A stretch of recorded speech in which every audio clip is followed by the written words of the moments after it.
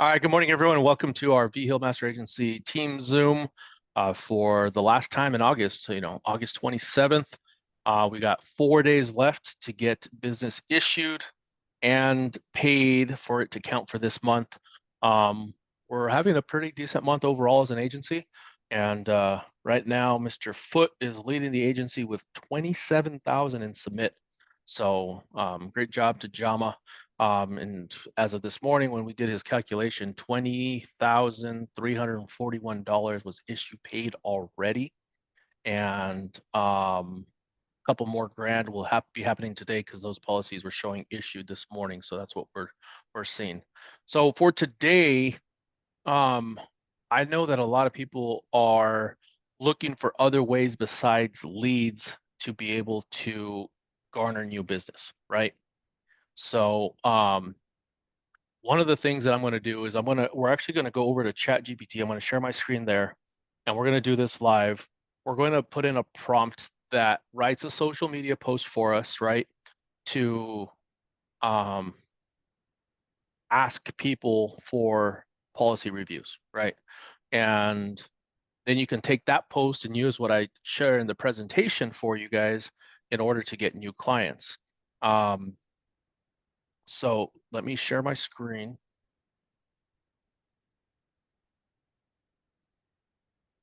And if you were on earlier, you saw I was helping Linda on a ways to recruit by using ChatGPT. So for this one, let me actually start a new thread. That way it doesn't. All right, so for this, we're gonna put, I need help writing a social media post to educate followers, right, about the importance of doing a policy review on old life insurance policies.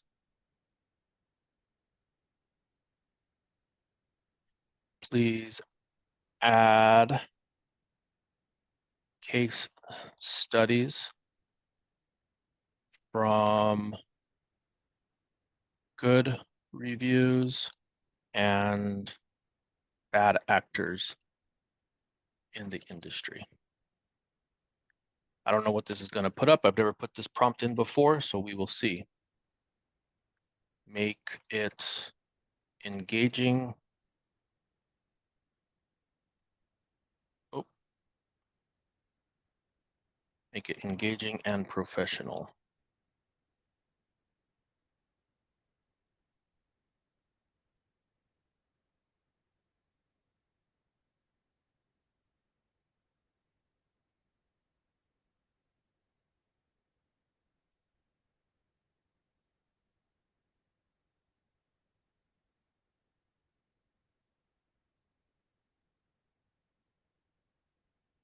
All right, so can everyone see that? Everyone able to read that?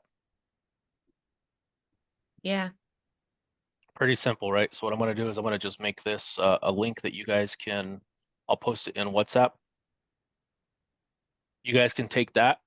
You guys can take it yourself, post it in ChatGPT, and ask it to rewrite it for yourselves, right?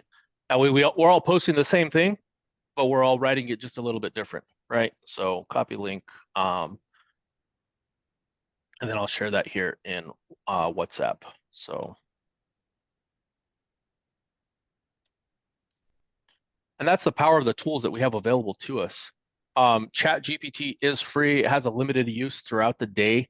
Like if you ask it to do too many tasks for you, it'll limit you based on the data, right? But you can upgrade to one if you need to in the future. And it's 20 bucks a month.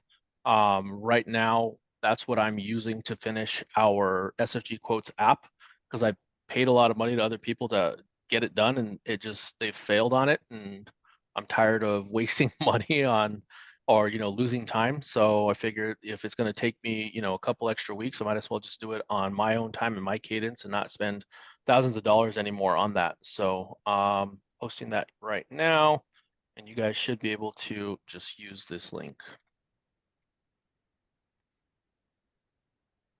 Oh, there we go. All right, so that's posted there in WhatsApp for you guys. All right, so this next part is going to be, so once you get those people interested, right? And the next question for you guys is going to be, well, what do I say? So here we go. Oh, why is it? I don't like the way it's sharing this. Sorry, guys. Give me 1 second. I want it to be the full screen. There we go. All right. Conducting effective life insurance policies. So, what you want to do is stress the importance of doing regular policy reviews. If you've been here anytime, it's also a great thing to do annual reviews with your clients so someone else isn't coming behind you, right, and doing this. As we all know, most of us here are younger, right?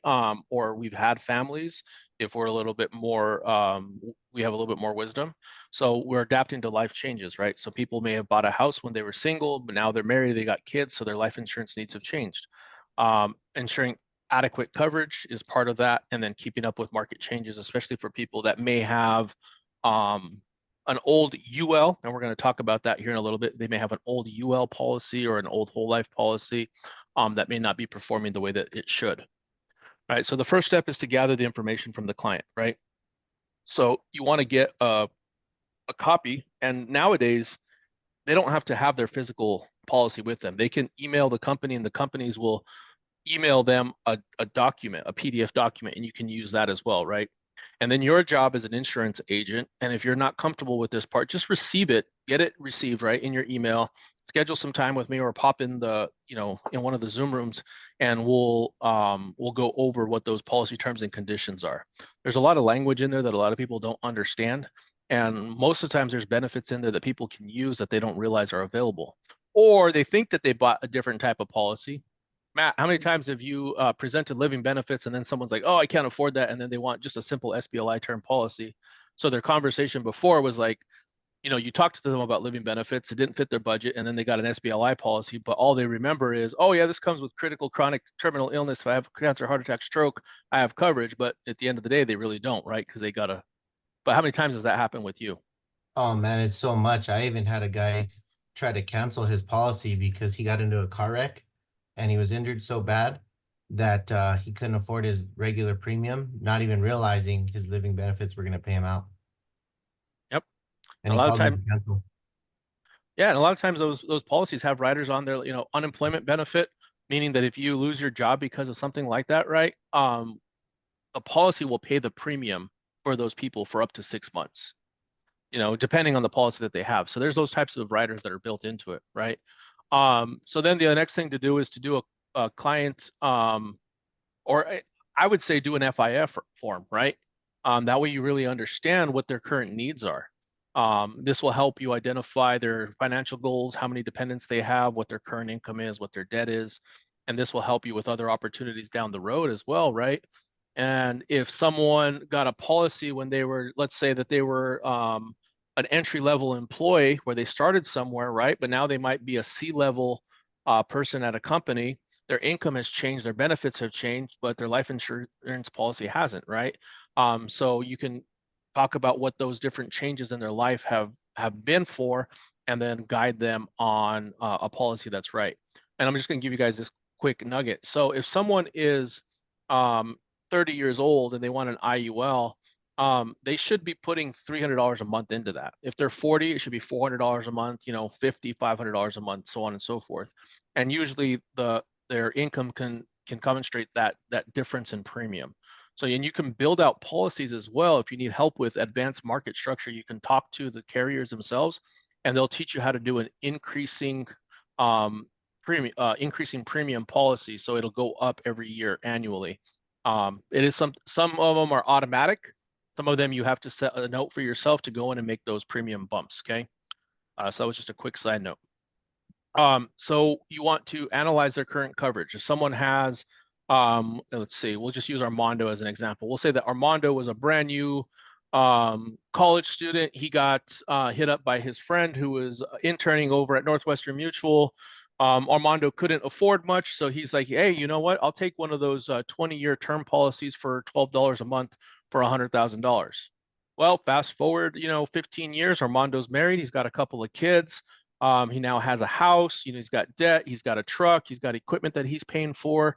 And now, if he was to pass away, his family's on the hook for about $450,000 of things that need to be paid off, right?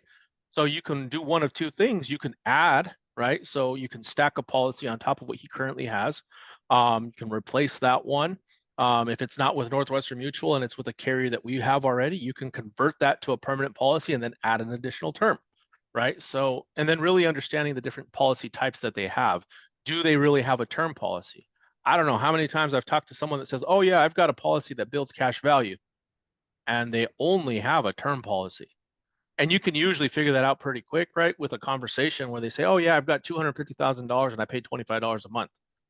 Well, unless you were 2 years old and your parents took that policy out for you, you probably don't have a cash accumulating policy. You probably have a term policy. And then again, like we said, understanding the relevance of riders or additional benefits that are in those policies. If someone has a policy that's convertible, become agent of record on it, convert the policy for them, and guess what happens when you convert a policy? You get paid on it.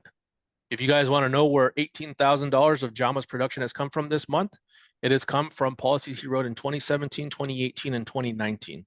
Those were all term life express policies that he has now converted to index universal life policies. It is super simple. It is a one-page form, and they're usually issue paid in 48 hours. So comparing current offerings, right? So you want to look at their policy and then show them what's available to them. So a lot of times like, oh, great, you have a term policy. Do you have the old style of insurance, or do you have the new style of insurance that has the living benefits? And that's the kind of stuff that we talk about in our mortgage protection presentation anyway, right? Talk about new riders or features. You guys know a lot of our policies will offer child riders, spouse riders.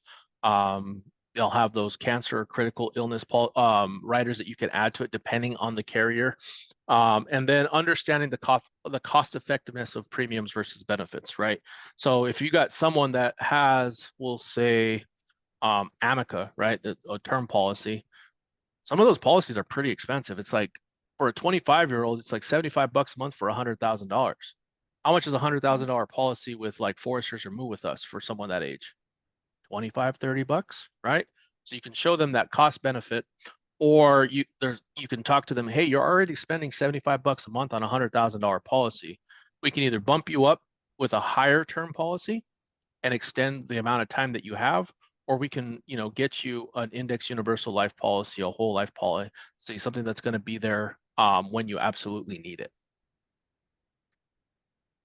And then identifying gaps and opportunities, right? So we used Armando as an example on that one where he had $100,000. Now he's got $450,000 in debt, so he's got a $350,000 gap. But that also doesn't include what happens if Armando passes away and is no longer being that sole income provider for his family. I'm not saying that he is, but if he was, right? So he's got I believe you got a newborn, right? So like if you or a 1-year-old toddler, so you got to provide for 17, 18 years of income for that child now. You know what I mean? You're not going to be here, so how are you going to do that? Most people are underinsured by quite a bit. The average insurance policy across the country is $100,000, and that is not enough coverage. Something is better than nothing, yes, but it is our job as insurance advisors to make sure that we're getting the proper coverage in place for our clients. And if not, at the very least, educating them and working with them over the years to make sure that they get enough coverage through the years. Okay. So if you do a good job on the front end, really understanding your clients' needs and their wants, you can call them back in a year. You can call them back in 2 years and 3 years and add those policies. And again, I'm going to just use Armando since we've been using him, but Armando has a child now that has been issued a social security number, right? This child, has a social security. This child is now eligible to get life insurance. Your clients that you talked to 2, 3 years ago may have had a child as well.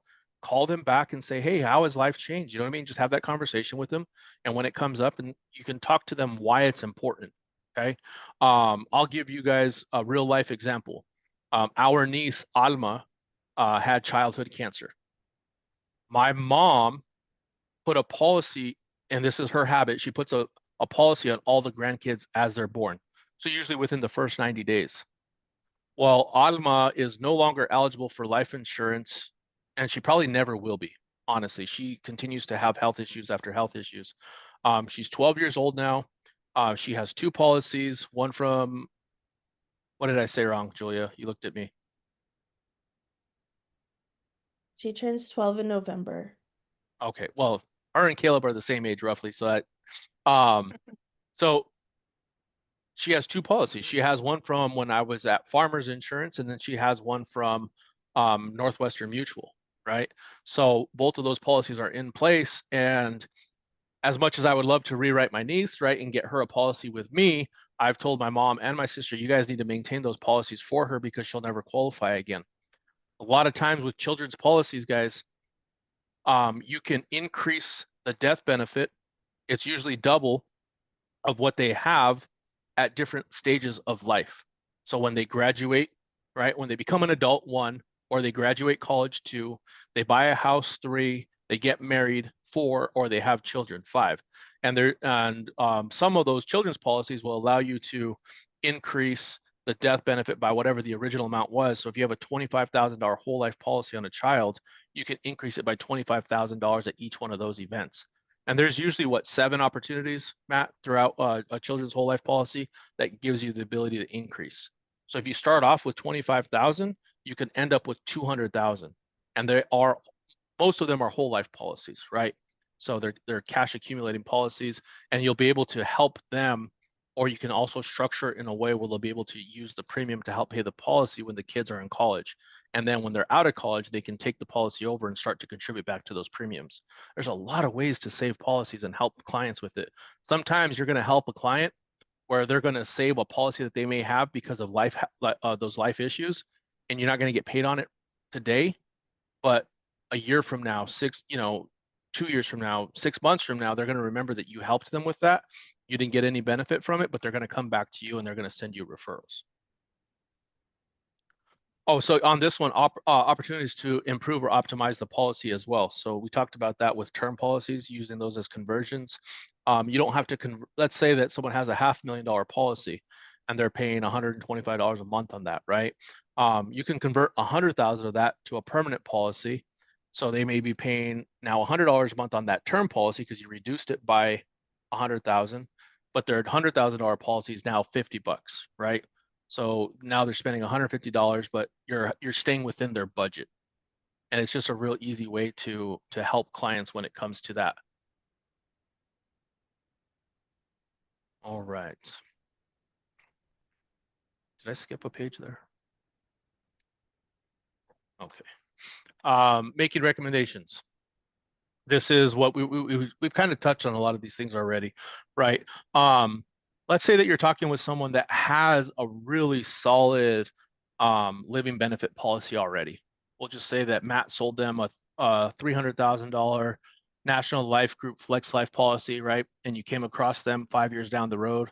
It's a great policy. It still has, 25 years left on it, but they want, another $500,000 in coverage. Well, they may not necessarily need the living benefits on that. So now you can add a very basic term policy on top of that.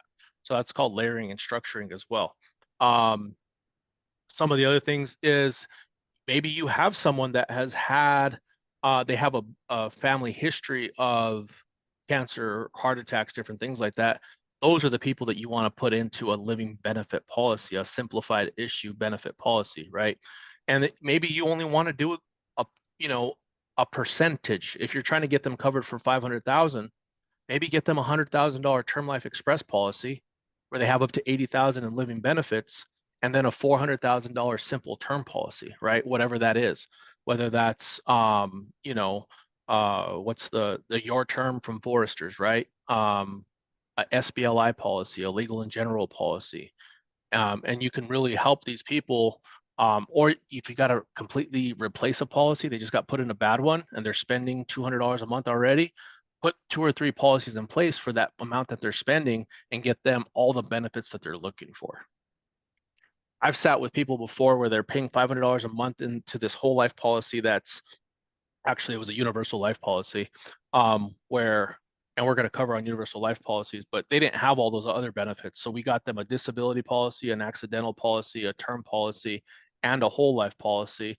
And it was still less than the $500, but now they had all their bases covered if something happened to them. And we have the ability to do that, guys. All right, so implementing changes. So this is where you'll need guidance. So if you guys come across these cases where someone has a policy with an outside carrier, I'm happy to help you guys get those appointments or reach out to the right people. You guys are more than welcome to do it as well. Sometimes it's just a simple phone call. They'll send you a 2-page application. You fill it out just like you would any other thing, anything else, and then you can become agent of record and make those changes for them, right? And then with that, you're gonna, so like today I had to do a policy change where someone became a POA for this person. So I had to send them policy change paperwork, got that submitted over to them. And now the child of this parent is going to be one of those, you know, is going to be the POA. So now they're the policy payer, the policy owner, and probably the beneficiary. Did you raise your hand, Brenda? I did. I had a question in regards to becoming an agent of whatever that term was that you said. Is there a time limit before that can take place from how long the policy's been in force for? I'm sure it's probably company specific, but do you know, like, Usually it's not. Usually it's client. I mean, as long as the client wants that to happen. If you make a policy change within the first year, right, and you're trying to make a change on the policy, you won't get compensated for it, but you can still become the agent of record. Early on in my career with Cemetery, I had written an entire household, and then we recruited them to Cemetery, and then they took over their own policies, right? And then I've had it where people have had family members become insurance agents, and they've taken over their policies as well. You know, so yeah, it's, you can usually do it after it's been issued and paid. okay, cool. So overcoming challenges, right? So this is probably one of those ones that you're going to hear from people, but again, then you can just go back to the, you know, the post that you made, right? So is your policy up to date, right? Some people will tell you, hey, I got a policy, I think it's great. You know what I mean? I don't think that we need to review it. Yeah, I completely understand that, but let me ask you a question. How long have you been with your auto insurance carrier? How long have you been with your current employer? How long have you had your same carrier for your homeowner's insurance? Or, you know, how many times have you changed health insurance carriers, right? So you do those changes because they no longer fit your needs, right? So sometimes we have to do that with life insurance as well. We just got to make sure that what you have is the right vehicle for you, you know? So I'm not asking you for anything. I'm not charging you for anything. My job is simply just to make sure that you have the best policy in place. And then, you know, just move on to scheduling the appointment with them. And then simplify details for a client, right? So if someone has an IUL and they don't understand what it is, break it down for them. If you don't know how to explain it, put a prompt into ChatGPT. Hey, help me explain what an IUL is in the most simplest terms, right? And you can put age groups in there. Help me explain an IUL to a stay-at-home mom who's 30 years old. You know, help me explain an IUL to an engineer that's 50 years old. And it'll give you the terminology that you need to explain it to them. You no longer have to rely on someone else, right? You don't be people dependent, be system dependent. And I'm happy to help you guys too. Like if you guys come across something, right, I'll take a look at the policy and help you with it as well.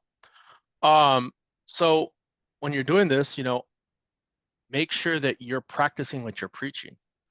So if you put a policy in place for someone, let them know when you write that policy, hey, well, I'm going to be in touch with you in a year. And we're going to review this policy every year along life's journey, right? It helps you build those relationships with people. If you do your annual review, I'm telling you, you're going to get referrals. I can promise you, you're going to get referrals from 80% of those clients. I have got a client that I helped Val Seco Peacock with a long time ago. They live up in Rio Rancho. The guy calls me once a month. Hey, will you talk to my sister? Will you talk to my nephew? Will you talk to my son? I'm ready to write child's policies on my grandkids. Every time he has a grandchild, seriously, 2 weeks after the grandchild's born, he's like, hey, Liliana was born. It's time for us to put a policy in place. And we do the same exact thing for every grandchild, $100 a month, and we always use National Life Group Flex Life too, because that's where all the other ones are, right? So, and it's easy for him to manage. He logs into his portal, he can see all of them there. And then for you yourself is staying informed with industry changes and informing your clients as these things happen. Let's say that foresters went out of business overnight, right? Pull up your book of business with foresters and say, hey guys, you just wanted to let you know that foresters did go out of business. You may see something that comes out in the news about that. I want you to know that your policy is okay. State regulations make sure that there's enough money in the fund for all these policies to stay in place until they're needed, right? Or you cancel the policy, something like that. But a lot of people freak out about that, right? A lot of times what happens is another company will buy that book of business and they'll start to service those policies.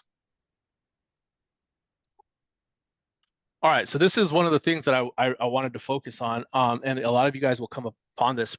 You'll have a lot of people that tell you they have a whole life policy. And if it was written in the 80s and 90s, chances are they probably have a universal life policy. And here's the problem with the universal life policy. A lot of them were underfunded, and a lot of agents overrepresented what the policies were actually how they were going to perform. Matt, how many times have you seen a policy illustrated at 12%? Oh man, it's all the time. And it's Those, sad. yeah. No, go ahead. I mean, I know you've got a couple. It just sucks because you get to that point where they're older, right? And you start seeing those people where they get a letter in their late 60s, early 70s, and they say, my insurance just went up to $900 a month. Because what it was doing was it was taking some of that cash value and helping it pay some of those premiums, and all of a sudden cash value's gone. It wasn't participating like they showed them years ago. And it's heartbreaking because like these people are just like they thought they were taken care of for 50 years, and just they're not, so it's bad agents. So I'll give you an example. I was talking with Brenda and Jama yesterday. So let's say that someone actually did get a universal life policy and they liked the flexible premium. So they got a $250,000 policy for $50 a month. And that was okay to sustain it at that point, right? It might have been the minimum premium necessary. 10 years went down the road. They're still paying $50 a month. But what they don't realize is that because people are lazy, right? The piece of mail comes in, they don't open it. Their annual statement is in there telling them that there's going to be a premium change or a face amount change. They don't open it, right? So what happens is that $50 a month is still getting paid to the company. They don't think anything different, but they had $3,000 in cash value, and the new premium is $79 a month, right? So now $29 every single month is being pulled out of that cash accumulation account, and it's taken as a policy loan every single time. And therefore you're hurting your compounding interest, right? So over time, after 1 year, they've used, what is that, almost $400, right, out of their cash value. After 10 years, they've nearly depleted all of it because the $79 is no longer going into the cash accumulation account. It's only keeping the policy in force. So you'll see a lot of those start to happen. So that's why it's really important to review them with your clients. I've talked to some clients that were like, oh yeah, I'm great. I've got a $300,000 policy. And just like Matt said, right, I'll say, okay, awesome. Can you go ahead and order a current illustration and a current account value for your policy? They'll get it and they'll say, how come I only have a $30,000 death benefit and I've got only, $900 in cash accumulation left? It's because you've been using the cash accumulation that you had to fund your policy, or you've used all of it. So now what they do is they start to reduce your death benefit every year based on how much you're contributing to that policy. And that can happen all the way till it gets to zero. So those are important things to know. So that's why reviewing and all that is important. I hope that was beneficial. I'm gonna open it up to questions. Anyone have any questions on that? I have a question. Yes, ma'am. So when we're writing policies, keeping in mind like the convertibility, like obviously with MOO, the TLE is convertible to the IULE. That's pretty simple. Of course, you want to do the needs of the client, but just keeping in mind convertibility, what other products or companies are good that convert well, just to kind of keep that in mind for future So policy reviews. almost all the policies that we offer, term policies, have a convertibility option. SBLI So like has, America. oh yeah, Americo, you can go from their CBO or their term, their T25, 125 or 150, right? You can go into the IUL. Okay. Val just came across one where there was someone that had a strong foundation that was written 3 years ago by someone else. She converted Mhm. that into the Smart UL. Okay. Yeah, AmAm, they have an Express UL policy now as well. So you already said Americo. LGA has convertibility. The only one that I know of right now that does not have any convertibility is John Hancock. It is a Okay. And what were you going to say about SBLI? SBLI is convertible as well after 3 years before 70. So if we only sell term with them, how does that convert? So when they become eligible, you can call SBLI and then you'll get appointed for that specific product and convert it to that product. And right now, I forget the name of it right off the top of my head, but they have, what is it? I believe it's a whole life policy that you can convert it to. And then the other big one, guys, is NLG, right? NLG has a phenomenal term policy that is convertible to their Flex Life, right? That's what it, yeah, their LSW is convertible to their Flex Life. And I know a lot of people don't like writing NLG. I'm not a fan of it, right? Just because it's a longer application, different things like that. But if you're doing the right thing for the client, if they need a lot of coverage or a lower price, great opportunity. I'll say this. So I got a deposit last week for $135. And it was probably from about 250 policies that Matt wrote 5 years ago.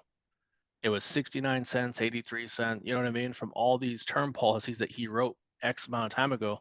And then one of them was from a conversion that JAMA did. JAMA had converted one of those term policies to a Flex Life policy. And then I got paid on top of that one. So that was a separate deposit because it was a little bit different. But like that one was $188 that I got repaid on because JAMA converted a policy. You know what I mean? So it's just a huge opportunity that a lot of agents miss. And you heard us talk about PCS, right? So we had PCS and they were calling on our clients and doing that stuff for us, but we were only getting a 40% split on that, right? So the agent that was writing it was taking 60, you were getting 40%, and then it's paid as a bonus. It's not paid as commissionable premium that helps you with your advancements, your levels of leadership, your rank advancement, right? So that's why I encourage you guys to do it as much as possible. Find those opportunities to help people. Anyone else? And they're there because that's what I did for one client. She had a crazy increasing term and we switched her over to the CBO with Americo. And Oh she yeah, had no idea. yeah. So I want you guys to also look at this. If you guys get a policy review, if it says it's an annual renewable term, that's also known as an ART policy.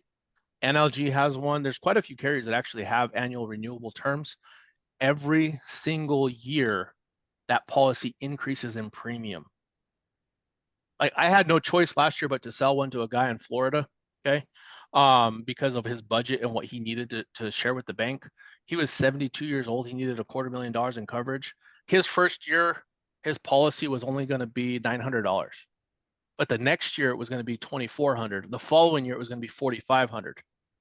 But he knew that, right? And I explained it to him and I had him sign a separate paper that said, you understand this is an annual renewable term policy. That was a CYA policy on me, you know what I mean? I wanted to make sure I had that covered. And his 1 year came up. he called me. He's like, "Hey, Michael, do I need to do anything to this policy?"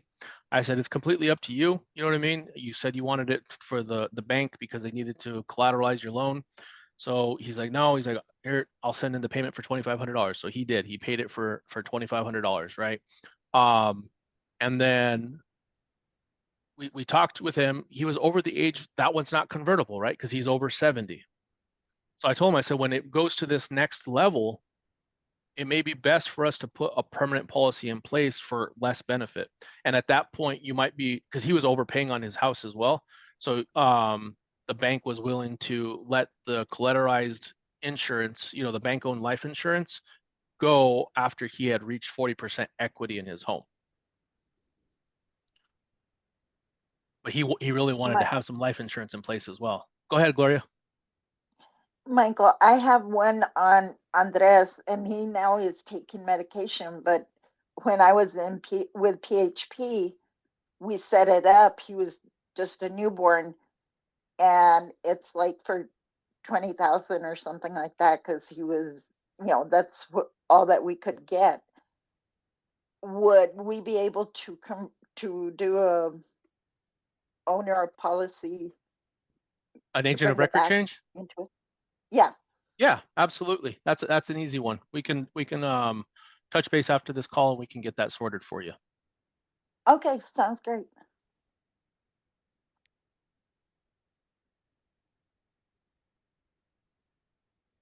Anyone else?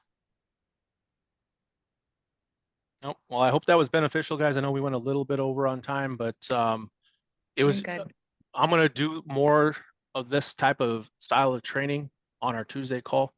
I think it's super beneficial. You know what I mean? So next time we can dive into what an IUL is, how it works, or you know how a dividend participating whole life policy works. You know, maybe we can have Matt train on that one since he writes those ones. But that's the idea of what this call is going to morph into.